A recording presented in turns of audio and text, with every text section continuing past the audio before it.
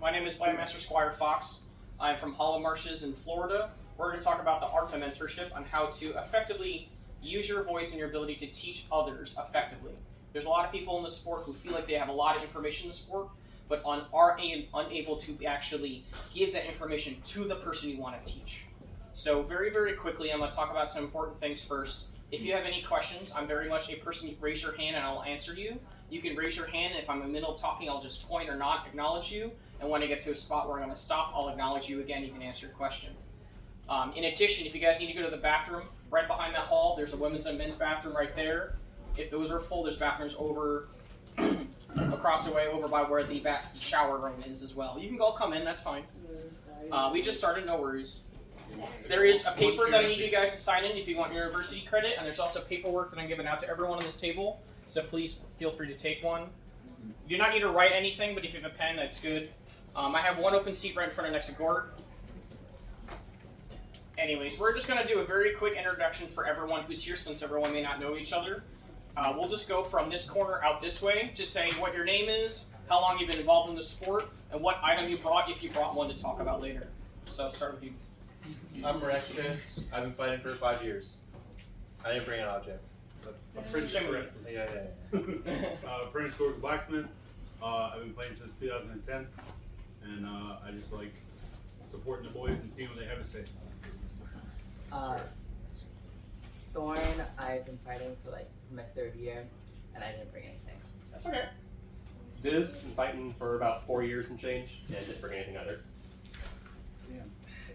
Jozan, I've been fighting since 2006, and I didn't bring anything. I'm Squire Mia. I've been 5 years. And I did bring something. I read the instructions. I am Bagel. I've been fighting for 2 years. I did not bring anything. I'm fair enough, been fighting for 15 years, and I have these aftershocks. I'm Ragefire. I've also been fighting for 15 years, and I'm going to talk about sunglasses. My name is Kita. I've been fighting since 2012, and I could talk about my activity and a bunch of project toys. I've been fighting on the field since 2022, and I brought my green monster. Hell yeah. I'm Apprentice Wayward. I've been fighting for 5 years, and I brought a red sword. Picnic. Been fighting since 2009. I brought an umbrella. I'm Squire Frederick. I've been fighting for 3.5 years, and I'm unprepared everything again. I'm Daguerre. I've been around for about 4 years, and I am also unprepared. I'm Maze. I've been fighting almost 2 years and nothing to bring. I'm Dirty Dan. I've been fighting since 2014 and I've been Warmaster Apprentice Bourbon. I've been fighting for 14 years, and I brought Celsius. I'm Reagan. I don't fight, and I didn't bring anything. Hi, I'm Serpent. I've been involved for about 14 years. Do you bring anything? No. It can be anything you want to talk about. It can be your guard. Yes. I've got, You can think about it. I've got arts and sciences stuff. Awesome. I'm off to North. I've been fighting for 15 years, and I brought an excellent sense of humor. Hell yeah. I'm Apprentice Bacon. I've been fighting for 10 years, and I don't have an object because I'm gonna prioritize you guys first. Actually, you brought me. Oh yeah, I brought him. Last call, Misty. Name, how long have you been involved in sport, and an object you might have brought. Misty, I've been playing since 2011. I've been involved in Belegarth, just this game, since the beginning of 2016. I brought a really cool hat. Hell yeah. So once again, Blademaster Squire Fox. I've been around since 2013. I brought a crocheted roving blackbird I'm going to talk about, because I'm also an ornithologist. Oh, go ahead. You're not Yeah, you can join in. Just name. No, We're going back. Oh, back. Okay. Just going back. Alright, cool. Does everyone have a piece of paper and signed in? Yeah. I think Misty and I'll go need the papers. I should have more papers. I brought 25 of them, and I know there's just 25 of us. The sign is right there. Here you go. Do you have this paper? No, I would like.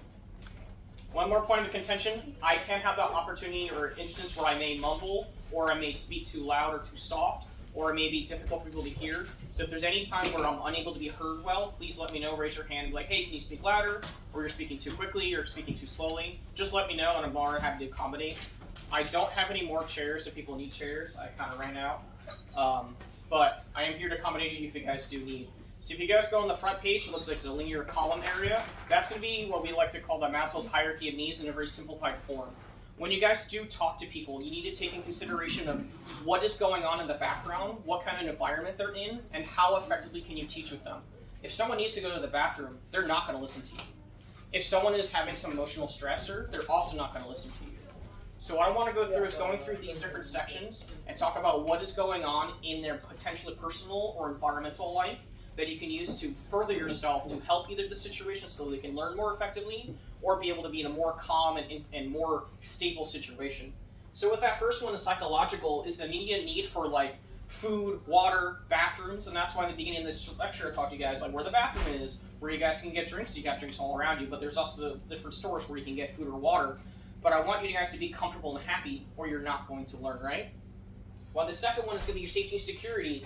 I work in a state park, I'm a park ranger, and we have people who have instances where, hey, I'm worried about bears, worried about snakes, I'm worried about panthers, I'm worried about alligators. And my part of my job is to make sure that they feel comfortable with me talking to them one-on-one and they're not in danger of being attacked or harmed, or they can go to their campsite and not get mauled by a bear. In this situation, there really isn't much of a danger except for maybe a rogue tag game or something coming in here, but that's why we have closed doors.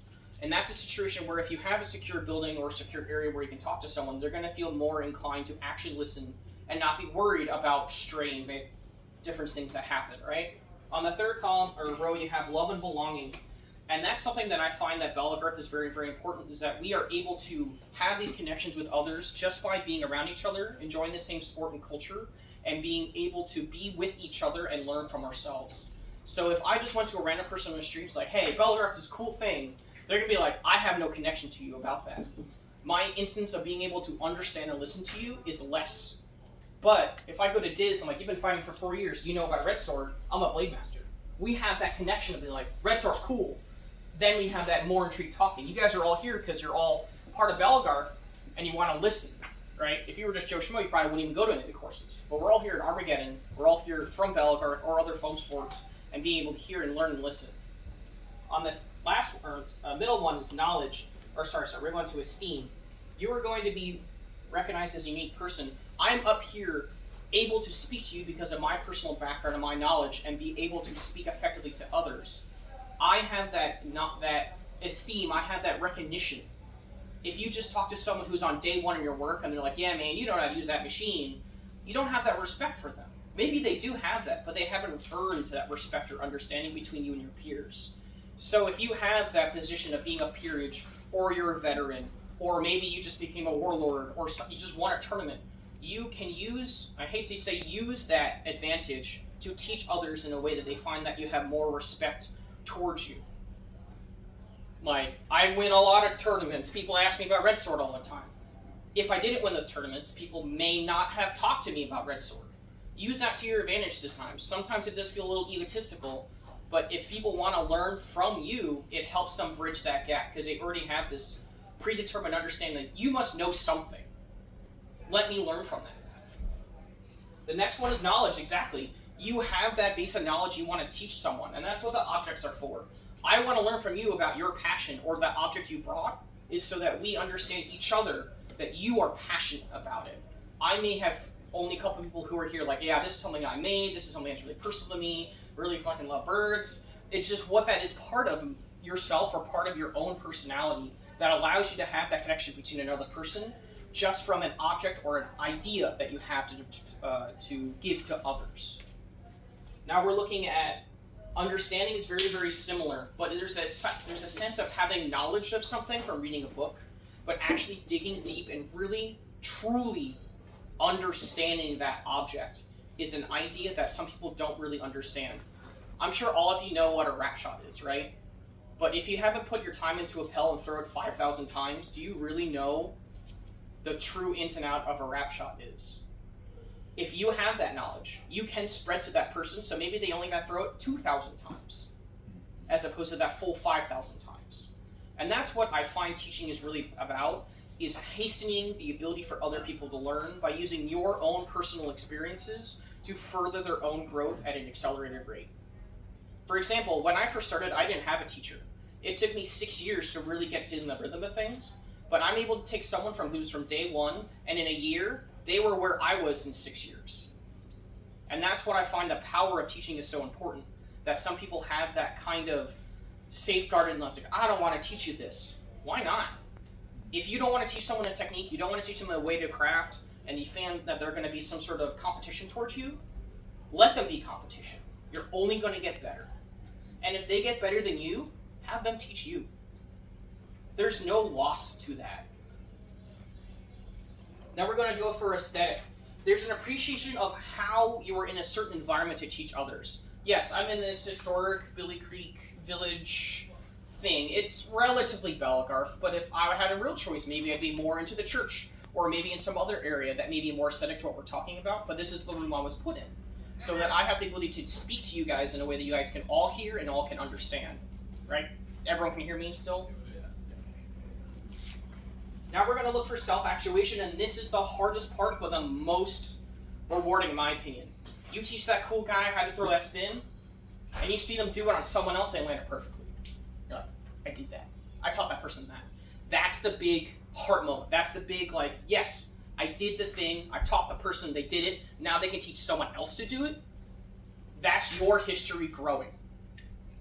And that's what I want to produce to you guys today, is to take lessons I teach you today and teach that to others and have that cascade effect. Sure, there's going to be some sort of dilution, there's going to not be 100% accuracy, but even if you come away with 1, 2, or hopefully 4 things from this day, and being able to pass that on to another person, we can continue this lineage of teaching others to be better people, better fighters, better partners, better people in general. So that's really the hierarchy in a very, very small, condensed sense when it comes to understanding it in this afflection to Belegarth and teaching in general. It's hard to understand when you go to a random person, you're just like, yeah, let me just teach you all this stuff. But if you take the time and think about all these different needs, you can really create a much better environment and a much better understanding for how they feel, how you feel, and how to bridge that gap together to let them learn the most as possible. I'm now going to talk about specifically what you can do to teach someone. There's going to be 4 major things I want to talk about. The first is your eye contact. If you guys have noticed, I haven't been like right this direction the whole time and speaking to you, because it's very uncomfortable. But I've also haven't been like this, and talking to the wall, or talking to the ceiling. That's super uncomfortable for some people, and if there's some people who just have really hard time with eye contact, I typically try to look at someone and not like try to look at their eyes, because that's really uncomfortable, right? I don't really know you, this is the first time I really met you, but if I keep looking at you, you're going to be very uncomfortable, and you're not going to listen to a thing I'm talking about. But if I look at your forehead, I've now reduced that kind of eye contact, but I'm still looking at you. I don't want to also look away from someone, but I want to give every single person the means and time with their eye contact, because if I just look at this side of the room, have all my body posture looking this way, you guys are going to feel like not included. You guys are going to start talking to each other, playing your phones or whatever, but if I keep having this open posture, hands up, and be able to speak to you and not try to force you down or look down on you, no, I'm short anyways, but be able to speak to everyone with an open face. It makes it a lot more comfortable and able to teach to people. I also want to talk about movement. I've been doing kind of a poor job moving a bit because I'm stuck to a camera, but if you sit down and just like sit in one spot and talk to someone this whole time, and you don't have any sort of hand movement or any kind of foot movement, you're going to feel rigid.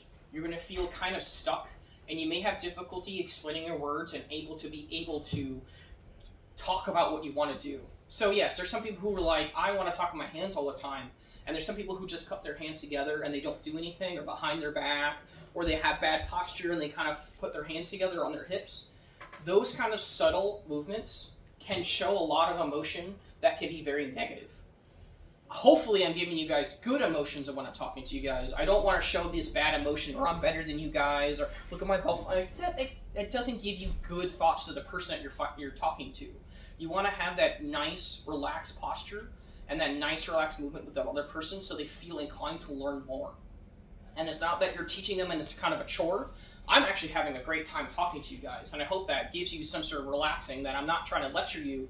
I'm trying to be there as your peer and your friend and be able to teach you in a way that is comfortable. The third one is passion. I really fucking love teaching people. I really love birds and I love my friends. And I hope that the passion in my voice and the passion in my speech gives you that ability to understand that. If you want to teach someone something and you're not passionate about it, find someone who is, or get really passionate really quickly. There's some people who get into the sport and they're like, I'm a year in and I'm doing this the rest of my life. That happened to me. And that passion is the way that we produce people who want to teach other people. I've seen people who, they're a knight and they're like, okay, Squire, you need to do these 4 courses and you need to teach someone single sword, sword and board, red, and archery. I was like, that's cool. This person's never picked up a bow before. They don't care about archery. They're a sword and board fighter. They don't know how to use a red sword. Why are you forcing them into this box to teach those things? You should have them teach single sword board, how to use a tower shield, and how to do aggressive shield work or something. Cater your courses to what you're passionate about, not just some sort of check mark or some box that you have to do. Or like some people who want to learn how to craft, they need to find people who want to teach them how to craft. There are some vendors who are like, yeah, I don't want to teach you my secrets. There's some people who are very open, and like Borg is very open about teaching people who want to learn, but that's because it's his passion. We're going to go over to what I want to talk about specifically is a very big epiphany for me, is the idea of an open and a closed mouth. I've been talking to you guys in a very open mouth. This is a very closed mouth. Even though I'm speaking in a relative same way of talking, you guys can see that my lips are kind of closed. Feel a little bit more like depressed. I'm not super energized or engaged with someone. If you talk like this, they're going to be bored real quick. But if I have this kind of open mouth, and we can do this exercise together, you can have your hand make a circle, have it go over your hands, then over your mouth, and try to have your mouth match that. Right? That's going to be your open mouth. Now try to have that same kind of understanding without it being that extreme, and keep your back of your jaw from touching itself. That's going to give you a much bigger projection to everyone, because sure, I'm a loud volume right now, hopefully not too loud, but I'm not yelling at you, right? I'm speaking to you with purpose, understanding, and with a volume that everyone can understand and hear. Those are the 4 major points of being able to teach a person that I want to get you guys involved with. I then want to talk about structure. On the back side of your paper, you have a program outline. Yes, I'm using the Certified Interpretive Guide training from my work, but this was a very good outline that was given to me. And I went to a week-long course on how to teach people, and I felt like it was really important for me to carry that on into Belegarth. I'm not expecting you guys to make your program now, but you can use this as an outline to look at what you want to teach someone and see how you can go through this outline and be able to teach it effectively. Because like you have your name, whatever your program you're going to do, what is your mission? What are you trying to teach someone? I am trying to teach you how to teach a person. That's my mission. I'm trying to teach you how to be safe with a red sword. I'm trying to teach you how to positive a shield. Those are your missions. On the contrary, your theme is more like, what is the abstract understanding of this? I want them to be a good craftsman. I want them to be a safe fighter. I want them to have fun teaching other people, not find it to be a chore. That's where I'm talking about theme. And your audience is also very important.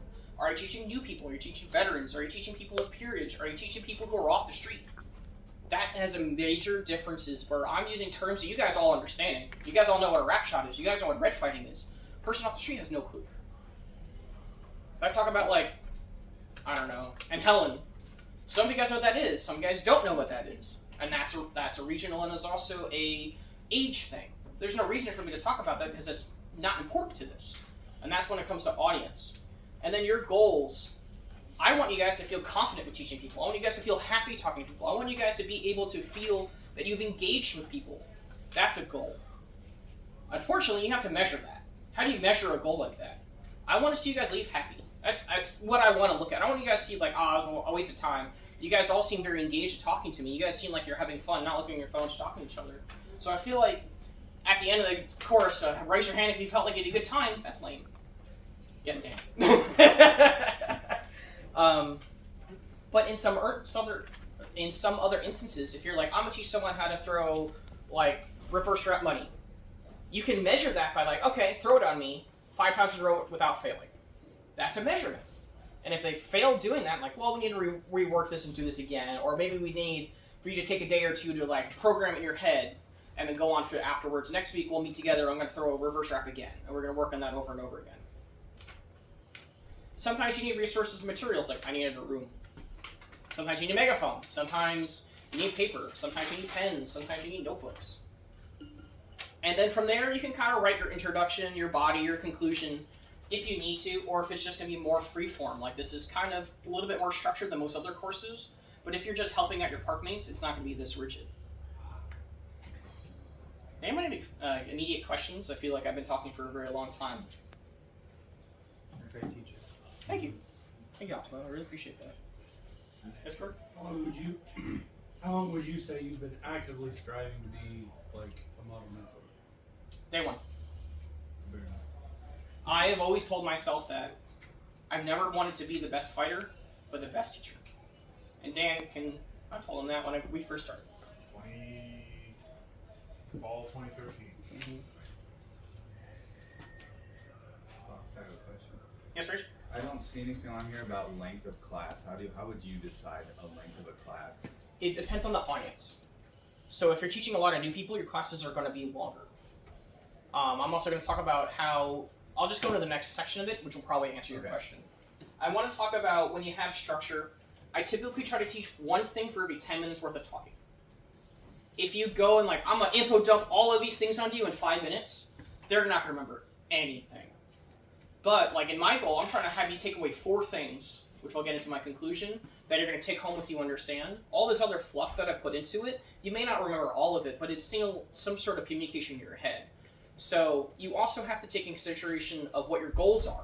If you're just trying to teach one person one thing, like you said, Rach, how long would that be? Could be 10 minutes, could be 5 minutes, could be until they understand it. Especially if it's a one-on-one. But if with the crowd, you don't have that ability to measure it that distinctly. So sometimes you have to double back a couple times just to really drive those understanding and those thoughts home. Like, that's why we do that 1 in 10 minutes idea. Does that answer your question, Rach? Yes. Thank you. No problem. I have a time check? Hello. It's 11:30. Okay. I just have a class after this, and I want to make sure you guys have time to do your guys' speech and so that I can get to my other class. I really want to just talk about our conclusion. We're really at this point of what those 4 things I want to have you guys take home is that I want you to understand that Maslow's needs are important. You don't have to remember all of them, but I really think the most important is make sure that they're comfortable, they know where the bathroom is, if they're hungry, they know where you can get food is, and they feel safe and comfortable. Everything else is just kind of stuff you will then provide to them or yourself later down the road. And then your personal teaching through growth, which is those eyes, the mouth, your passion, and your movement. Those are things that can take a lot of time and a lot of energy for you to put on yourself to get to be better. But the more that you practice them, the better you're going to be able to effectively teach someone else.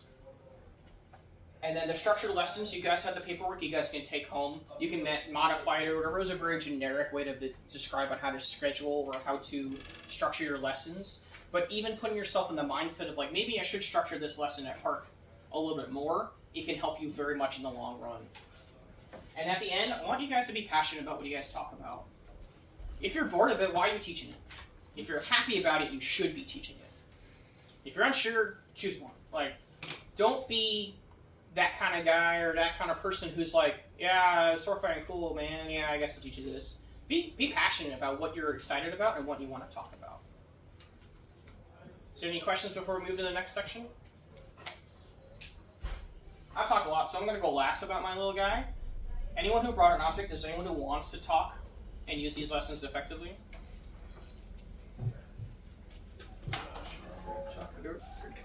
Do you want to stand there or do you want to come up here? Okay. Yeah.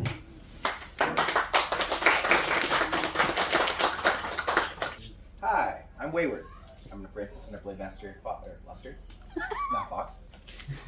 He's not here, so he does fine. But I wanted to go and talk about this flat sword. You want to talk about Maslow's needs first? What's it? You want to talk about Maslow's needs first?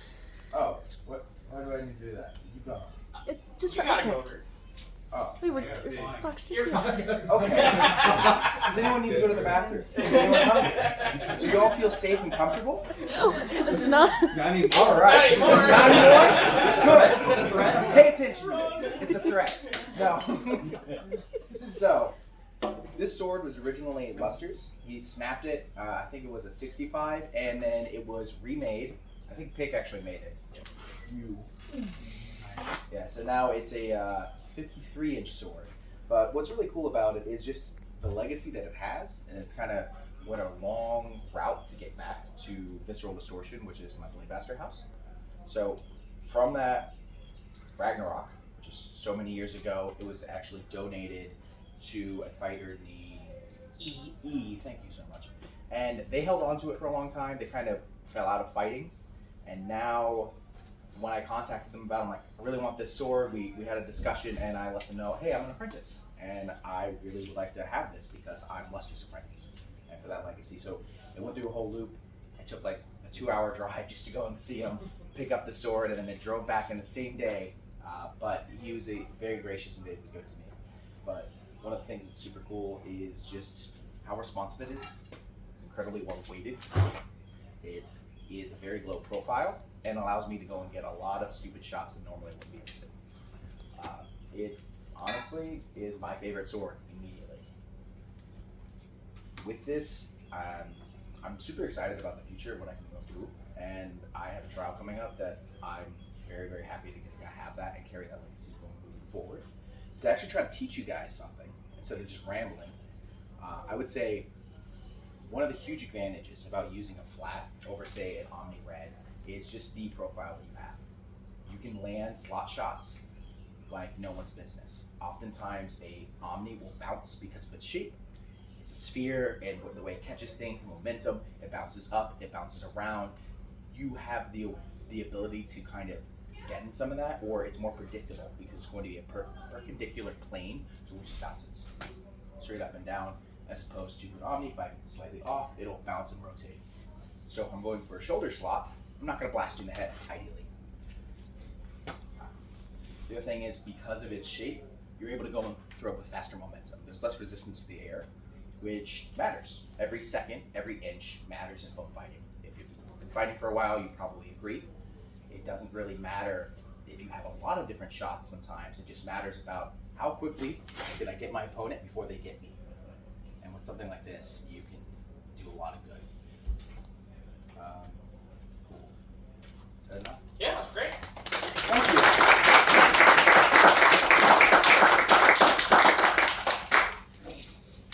Anyone else want to volunteer?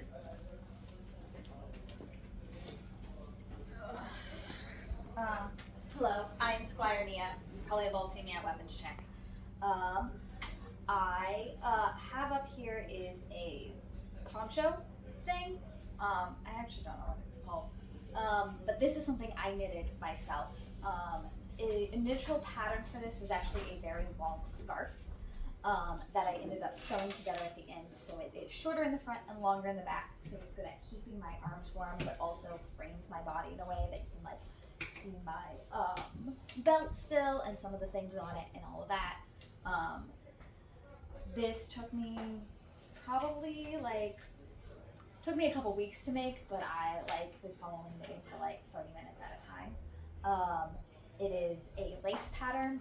There's a couple different types of patterns in knitting. Like the big bulky stuff with like braided over is called cable work, and this is called lace because you can kind of like see through it and stuff. And it's just like a repeat pattern that goes across the entire thing. So this is one of my favorite pieces of Garth stuff that I've recently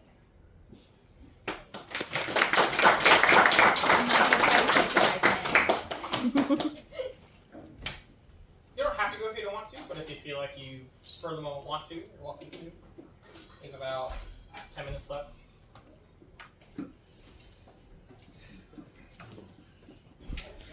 Good morning, everyone. How are y'all doing? Yeah, good. I am Squire Farron. I've been in this game forever, and I'm here to sell you Sharks. It's one of the 2 products that I am here to sell everyone at all times. What's the other one? Can anyone say? Alcohol. The Ninja Foodie, Ninja the products. best product ever.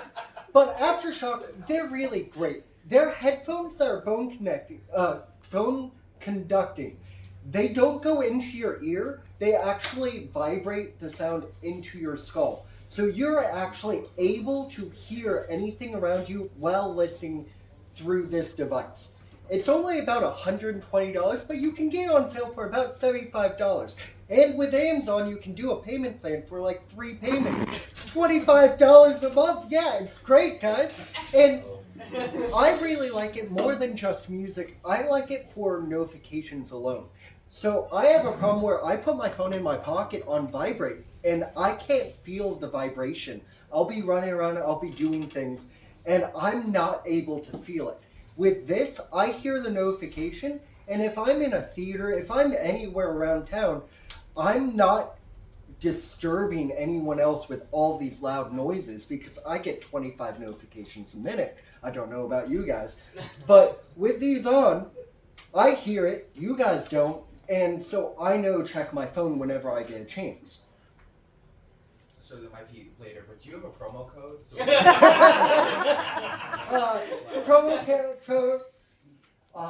Promo code FoxFan. Another thing that I don't personally do, but my buddy Jedi does, he fights with these on. He's never had an issue, and he can like listen to music, he can listen to podcasts while fighting. He's never had them break, and he can, sort of do whatever he wants. So, end all, great headphones. They're relatively cheap, and they have a lot of versatility. So They've lasted you a long time. Other than the ones that I've lost, yes.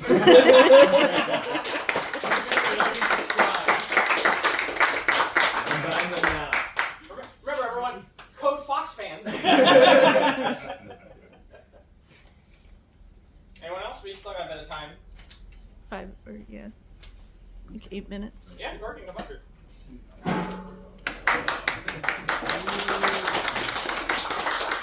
Howdy, I'm Sir Apprentice, Blacksmith. What I kind of wanted to talk about is, it rained and I don't know where my thing is, but I noticed at a lot of events we're doing a lot of hurry up and wait. And so I kind of wanted to bring something that I really enjoy to that downtime and just kind of give a vehicle for conversation, hanging out while actually doing something. Little backstory, some of my favorite games are things like The Room or point-click adventures and like puzzles and things like that. And years ago, I got into lockpicking. And my wife, this past February for Valentine's Day, got me a really nice set, and the technology has come really, really far. And so what I've done is I've gotten a bunch of beginner sets, and during that downtime, I'm going to try and start a guild. We're leaning towards either the Ward Weavers or the Kindred of the Keyless. And we're just gonna hang out, pass around locks, pick them, talk about them, things like that. There's a national and worldwide group called the Lockpickers United. It's just gonna be kind of a funnel to get everyone to kind of get into that. They have all these exploded documents online to show you what's inside the locks, so you're not just buying a bunch of the same thing over and over. And get people kind of started and start a little club of downtime shenanigans. So look forward to that. And yes? If one were to just start fresh, what is the best thing to start off with? Best thing to start off with is the most common lock found in America, which is the master lock. Locks are lies. They are absolute trash. Yep. If you come by the tent, I'll get you into a master lock in 1 minute. Once you learn that, I have a video that I'll share with you guys. There was a challenge where you needed to pick 20 locks in 5 minutes. I picked 22 locks in 5 minutes. Wow. And they're all master locks. They're all trash. So I also have unique information on a lock you should buy that people can't just bypass like that. Now, rule number 2 of the Lockpickers United, what's going to be also in the Ward Weavers, you don't pick any locks in use. We're not thieves. Right. I don't want to call it the Thieves Guild. That's the wrong impression. And it's more learning. Everything is a lie. Everything is a lie. And it kind of wakes you up to that. And it's a puzzle box. They're all puzzle boxes. You learn how to manipulate them and open them and things like that. But I just thought it would be a really cool, like, downtime guild to go, like, we all find a place, we get to just kind of hang out, pass around lots, and kind of learn. And so, look forward to that. Sweet. I think Bourbon wanted to go next. Thank you guys so much for coming up here and actually talking about your stuff. I was worried. I'm a little worried too. Hello, I am Warmaster Apprentice Bourbon. I'm also a goblin. And a word about Monster Garb. Monster Garb is something you just kind of haphazardly throw together. I learned how to make this poncho in about 5 minutes, maybe, through YouTube, and a little bit of other goblin design stuff. Yeah, I probably threw this together in about 5 minutes. I'm not repeating myself. Anyway,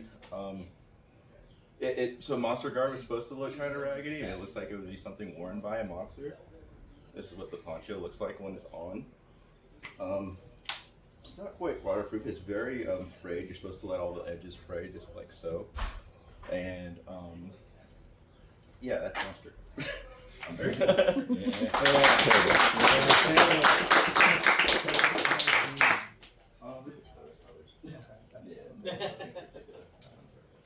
Yeah, you're awesome. Yeah. Anyone else wanting to go up? Alright, well, thank you guys so much. I'm going to talk to you about red-winged blackbirds. This is a crocheted red-winged blackbird. Red-winged blackbirds are one of the most common species of blackbird, or they're in the avian family, like Corvid family. They are little guys. They make a really loud, like, noise. When I first get in and I got here, that's all I could hear. Because they're from Florida also. Just constantly, to the point where my entire camp would yell at each other for attention, just saying, "Proceed! Proceed!" And it was hilarious. And it kind of came back home, and it got a lot of my friends interested in ornithology also. They started downloading an app called Merlin, which is a really good way to work. And even offline it works. You can hear any birds that are in the area. It'll tell you exactly what birds are actually active, give you pictures, give you information, tell you like what bird they're from, what area they are, and stuff like that. So this is a male. Males have little shoulder pads that are really red and bright. When they fly, you can't see them from below, but from above, you can see that bright red. And they're going after little small things, little seeds and stuff. I do a lot of focus on shorebirds and wading birds, not necessarily the land terrestrial birds. So it was a good time for me to be like, okay, here's a bird that I really don't know a whole lot about, to actually put some effort into like to learn about the bird, especially since it's both in Florida and in the Midwest, and is also in California and also in like Alaska, and just all over North America. You can find these little red-winged blackbirds and be able to know that this bird is a species that you're able to see all throughout America. That's red-winged blackbird.